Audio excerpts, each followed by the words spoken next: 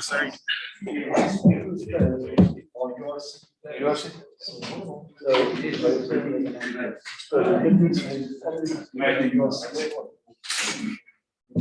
All right, everyone. We've got the Lions coaching captain here. Just to explain to you guys how this is working.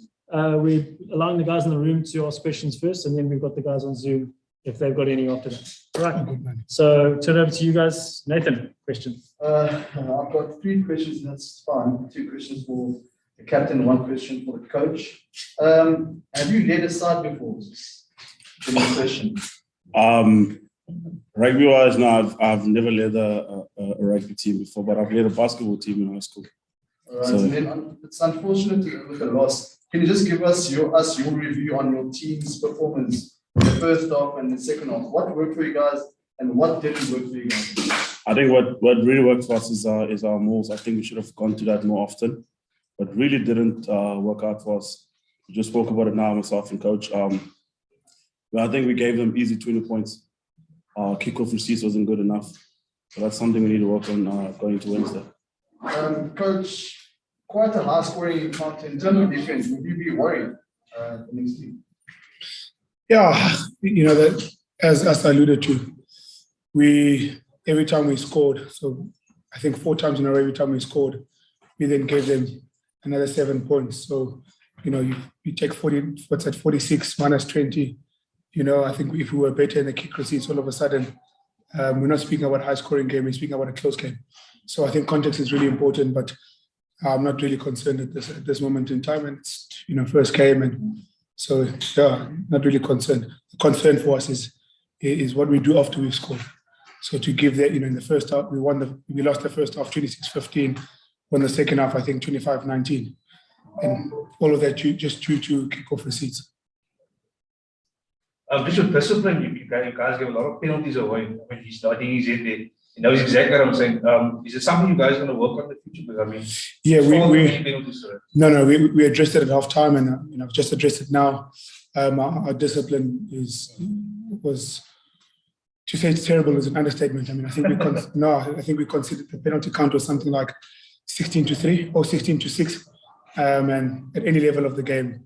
You're not going to win a game. You're not going to win a game if you concede 16 penalties, regardless of the merits of the penalties.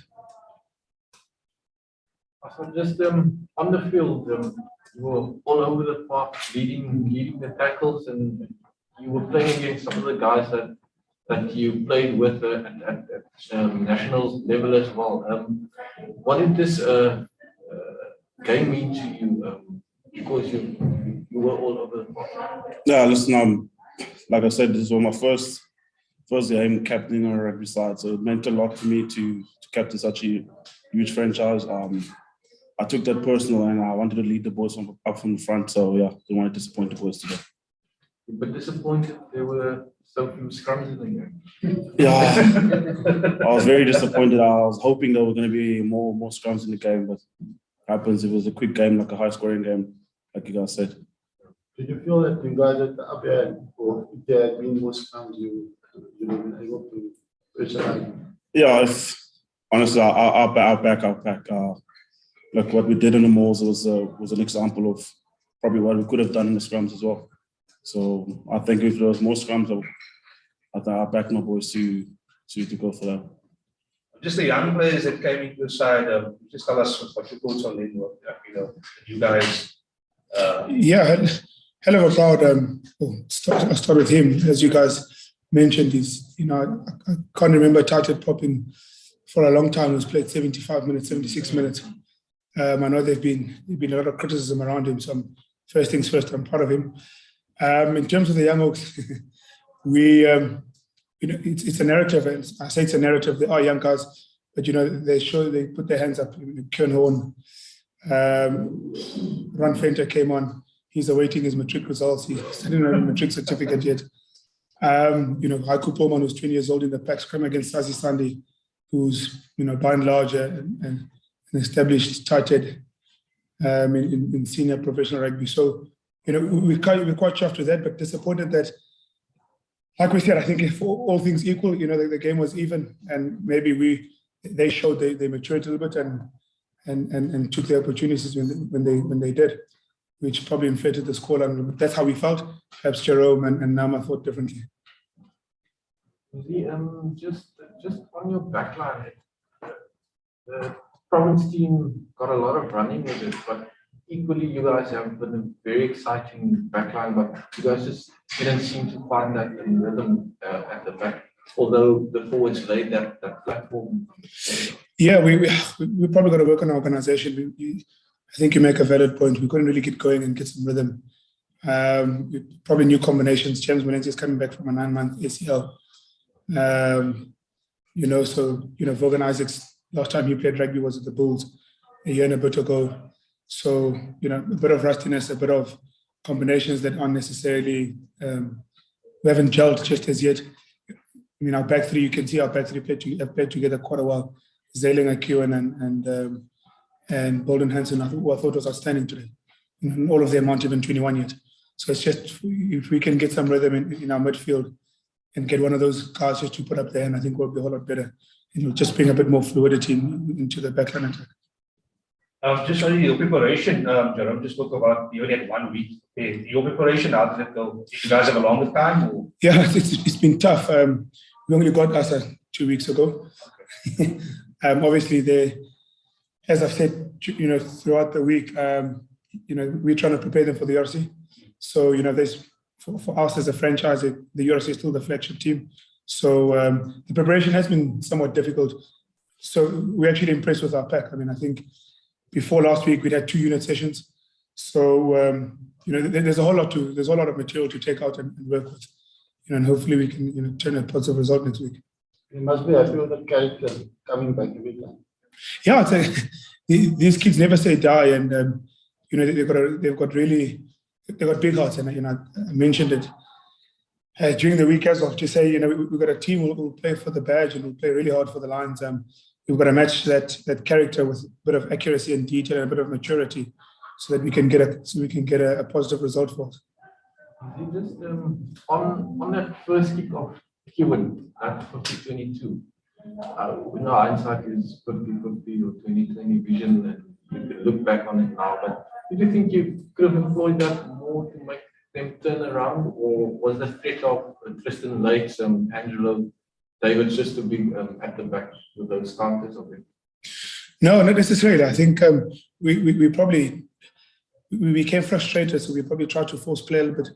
Tried to keep ball in hand. Early days, I thought our kicking game was good. I thought we turned Tristan, towards the end of the game, he made a line break, but by and large, I think we kept him quiet.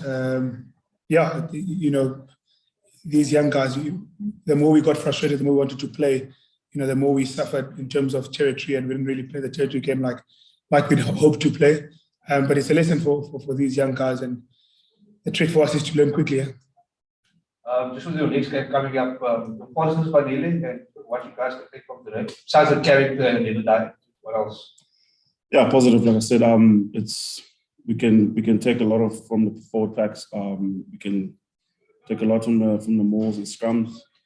I thought a coach can be a bit harsh sometimes. There's a few times guys stood up on D, but it wasn't good enough. But that's something we can take out from these young guys as well. Honestly, for me, are you hoping with the more the guys play together, they can actually push to become the URC players, and you can have some URC players that can maybe come into your side and come and find form as well? That was my challenge to the team, in fact, after the game. My challenge was that they've got to make Ivan van Rooyen and that management's job really difficult. And you do that, in 2 ways. Firstly, you got to get a win, and secondly, if you play really well, then you make their job difficult. And ultimately, that's the goal for him. I think for him and a whole variety of other guys.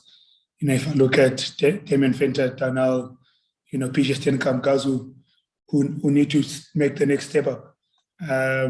So that's the goal, and that was my challenge to them: is that they've really got to put us as the union, us as coaches, and the people who select teams under immense pressure to select them for the URC team, which is obviously everyone wants to play in an intercontinental competition.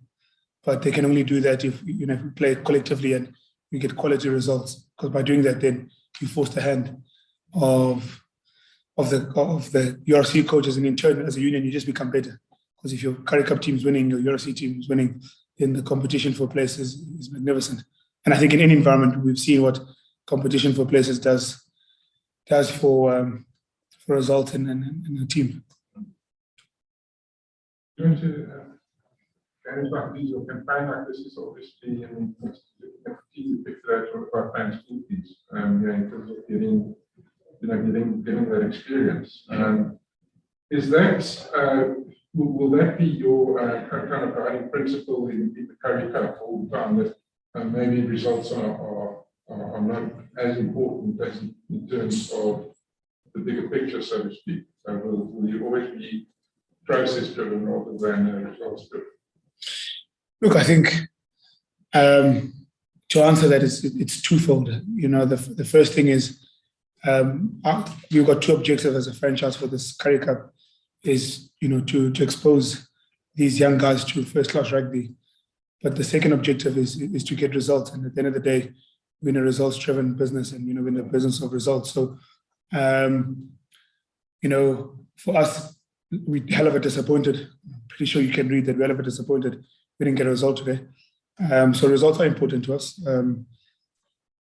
So it's a question of I don't think the two are mutually exclusive. It's a question of how do we bring the two together, getting quality results, but being brave and having the conviction of picking guys who aren't necessarily seasoned as yet. So that's our biggest challenge, and that's the challenge we've set for ourselves as a franchise. So we've got to live and die by that. Coach, I know you're not one to make excuses for your team, but is your hope for this season with a number of young guys that the more they play together, the sort of better they become, because they learn these lessons and they manage to adapt to the level that they're playing at now? 100%. The biggest challenge for us, the biggest challenge for this team is that how quickly do we learn those lessons? And if you face a bit of adversity, how do you get out of that adversity? And you try not to go into a spiral. I think a couple of wins boost your confidence, and the more confident you are, the quicker the gelling becomes. So, without making excuses, we've got to try and apply all these lessons that we're learning, quite quickly. It's a short turnaround. I mean, we play Wednesday against a seasoned team. So, we've got a couple of days to really do our homework and make sure that we front up again. Cool, guys. Any other questions in here? Ethan, you done? Steve, you're happy? Jan, Carl, Yaniso, you guys got any questions? Jan? All good, thanks. Happy? Nice one. Thank you very much, everyone. Thanks, Mike. Cheers, eh? Ciao, ciao.